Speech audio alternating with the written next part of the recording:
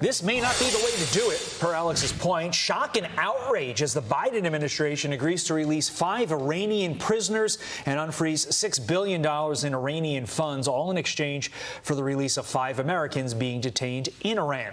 Senator Tom Cotton says, quote, first Joe Biden used 9/11 as an excuse to flee Afghanistan. Now he desecrates this day by paying ransom to the world's worst state sponsor of terrorism. Shameful. Congressman Nick LaLota serves on the House Armed Services and Homeland Security Committees, and he joins us now. Congressman, good morning to you. These prisoner exchange deals are always controversial. You do want to get Americans home, but the question is, at what cost? Yeah, this reminds me back to the Victor Boot, the merchant of death that we traded for just a couple of years ago, where we gave up a heck of a lot and got not much in return, in my opinion. You know, it's a good day when an American is able to come home to American soil after being held captive by one of our adversaries. But what are we giving up here in order to get these 5 Americans back? Congress needs to look into this.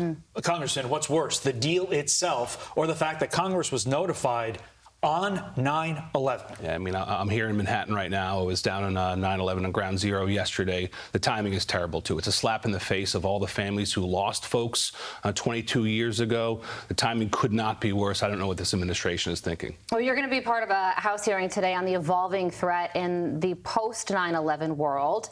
Yesterday, during President Biden's 9/11 speech, he said that al-Qaeda's threat is at a historic low.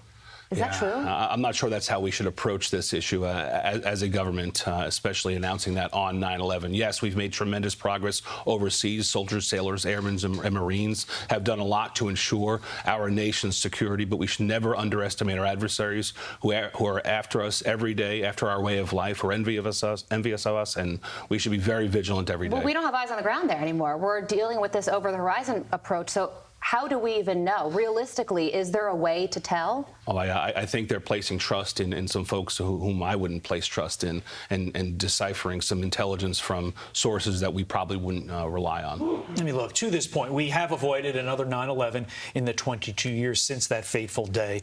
Looking ahead, we obviously want 22 plus years of avoiding a second 9/11. So at today's hearing, what questions do you want to ask the witnesses? Yeah, well, we need to make sure of, and we understood this post 9/11 about agencies cooperating with each other, both in terms of process and technology.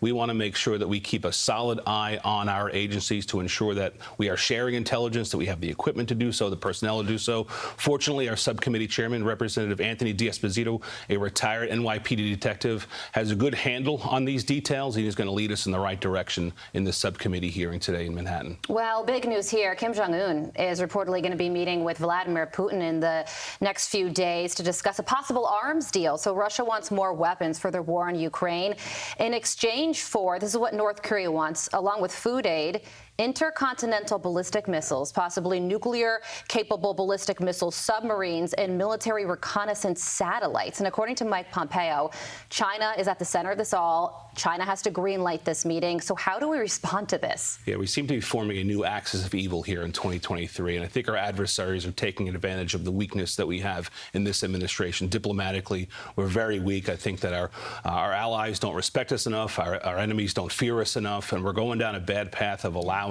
these folks to form relationships with each other. And if North Korea is further able to develop their nuclear arsenal program, it can only mean bad things for America. Yeah, and President Biden just said that he wants China to succeed economically and does not want to contain China.